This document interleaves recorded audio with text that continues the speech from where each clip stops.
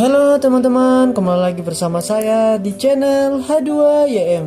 Teman-teman, pertama-tama mari kita panjatkan syukur kehadirat Tuhan Yang Maha Esa atas berkat dan kasih karunia dari Tuhan maka kami ada sampai saat ini.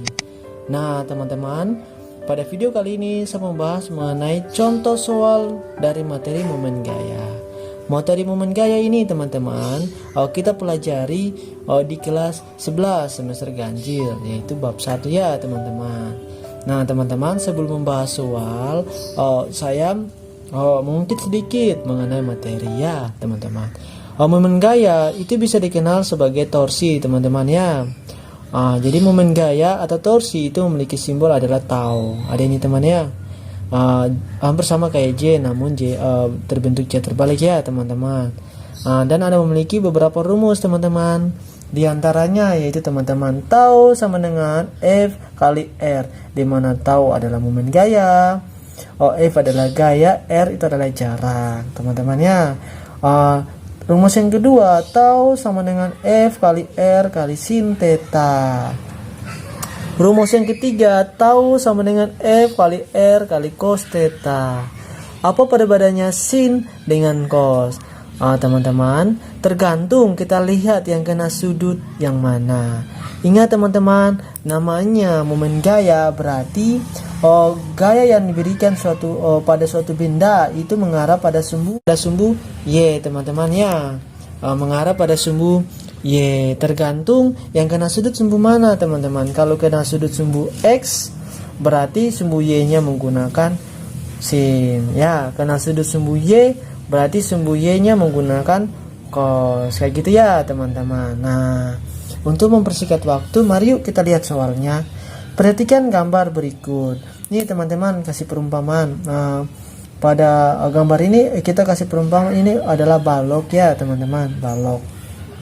Balok ini memiliki beberapa titik, diantaranya ada titik A, ada titik B, ada titik C, ada titik D, ada titik E. Di mana titik A dipengaruhi oleh gaya F1 yang mengarah ke bawah, di mana titik B dipengaruhi oleh gaya F2, gayanya mengarahnya ke atas, namun ada terbentuk sudut yaitu 37 derajat. Di mana titik C dipengaruhi oleh gaya F3 yaitu gayanya mengarah ke atas, nggak ada terbentuk sudut kan. Titik D gayanya mengarahnya ke bawah, namun ada terbentuk sudut yaitu 53 derajat. Titik E gayanya mengarah ke atas, namun tidak terbentuk sudut. Jadi kita lihat tahap selanjutnya. Jika F1 sama dengan F2 sama dengan F3 sama dengan F4 sama dengan F5, gayanya itu adalah 20 Newton.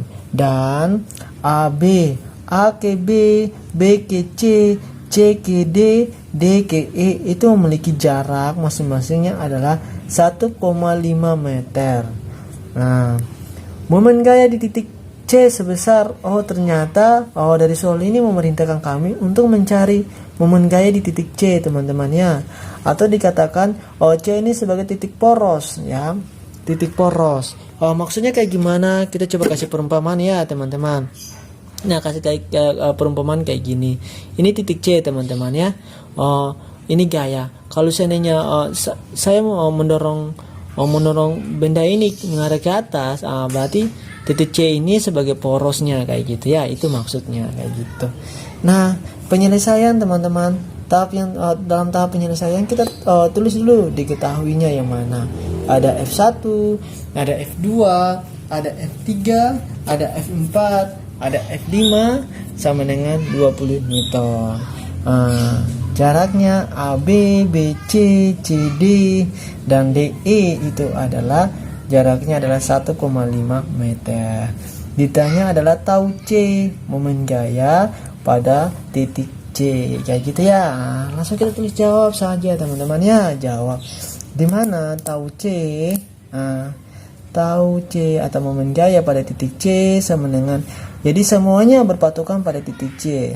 Jadi tau A C ya teman-teman ya.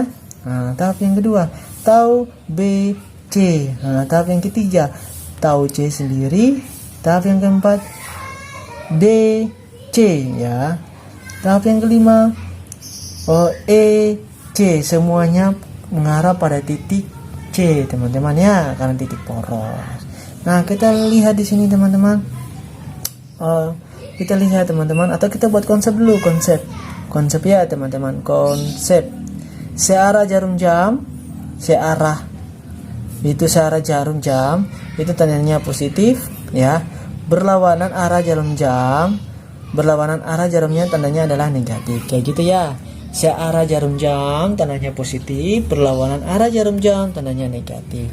Oke, kita lihat nih teman-teman. Nah, kita buka kurung dulu teman-teman. F1.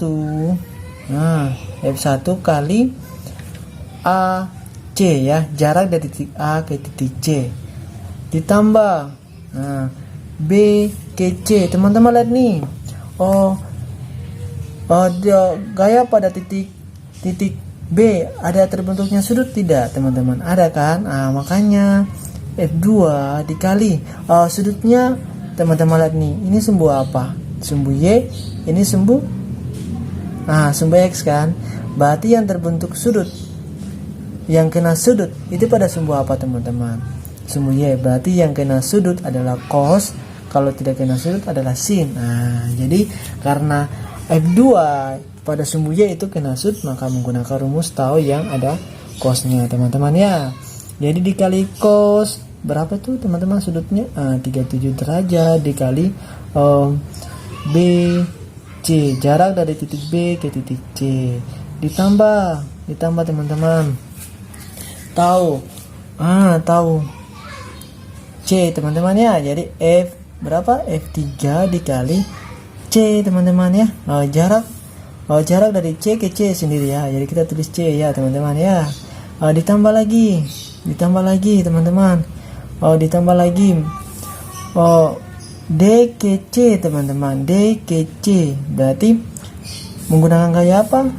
F4 dikali sin atau cos teman-teman. Nah ini kan sumbu Y, kena sudut kan sumbu Y, berarti menggunakan cos 53 derajat dikali jaraknya D ke C. Lanjut lagi teman-teman, ditambah lagi.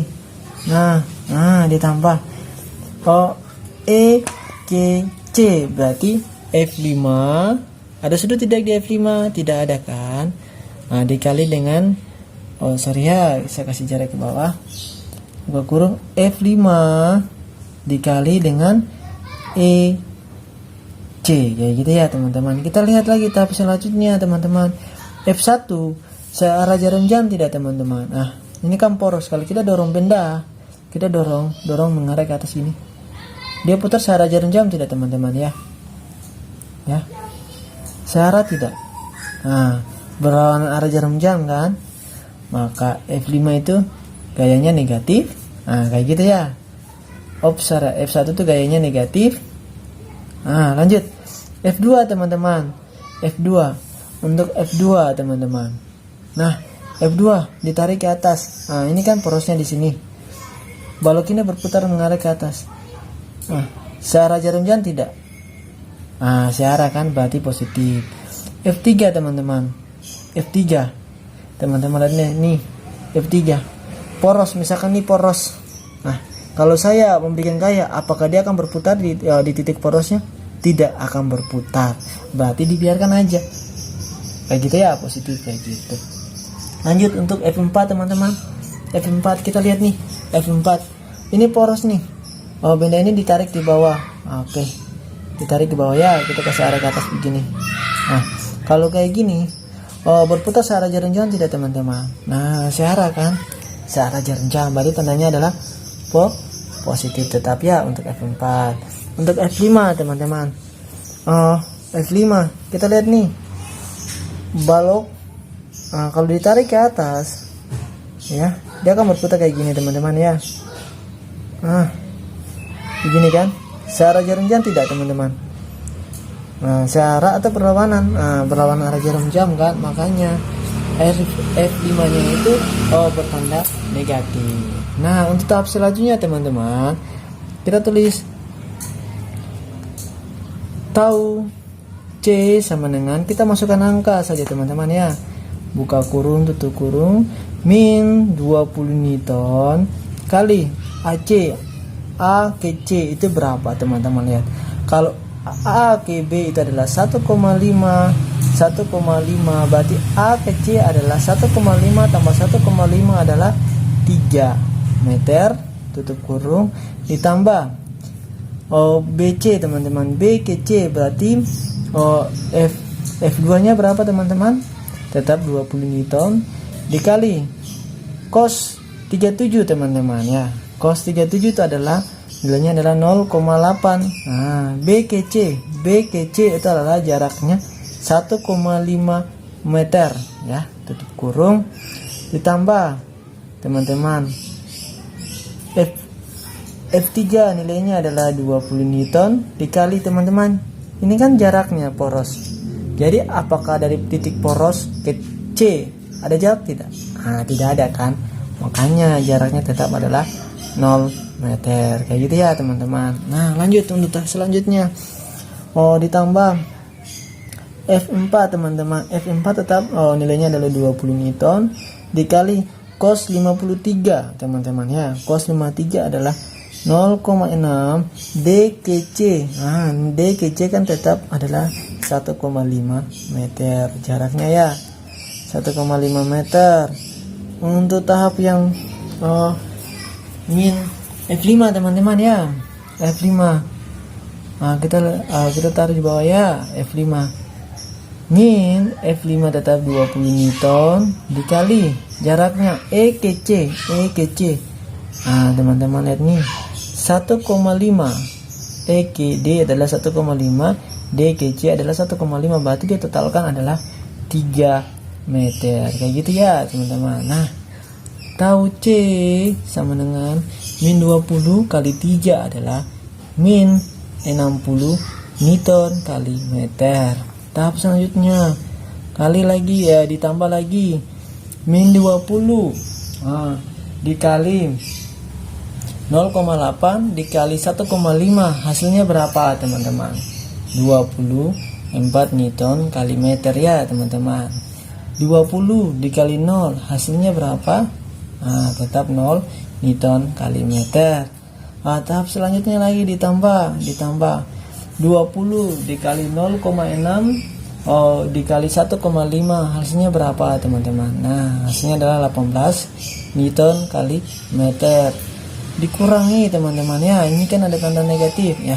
Min 20 dikali 3 adalah min 60 Newton kali meter. Nah, tahu C sama dengan teman-teman, kita jadikan satu dulu tanda min dengan min dengan min teman-teman ya.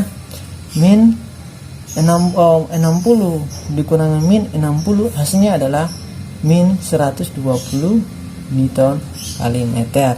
Ditambah lagi teman-teman 24 ditambah 18 teman-teman. 24 ditambah 18 ya, ada 12 ingat 1 tambah 2 3 tambah 1 4 ya teman-teman ya, 42 kayak gitu ya. Nah, satuannya harus ada dong teman-teman. Tahu C sama dengan min 120 ditambah 42 berapa? Hasilnya adalah min 78 Newton meter. Atau bisa ditulis tahu C sama dengan 78 Newton meter berlawanan arah jarum jam. Ingat, berlawanan arah jarum jam tandanya negatif, searah jarum jam tandanya positif.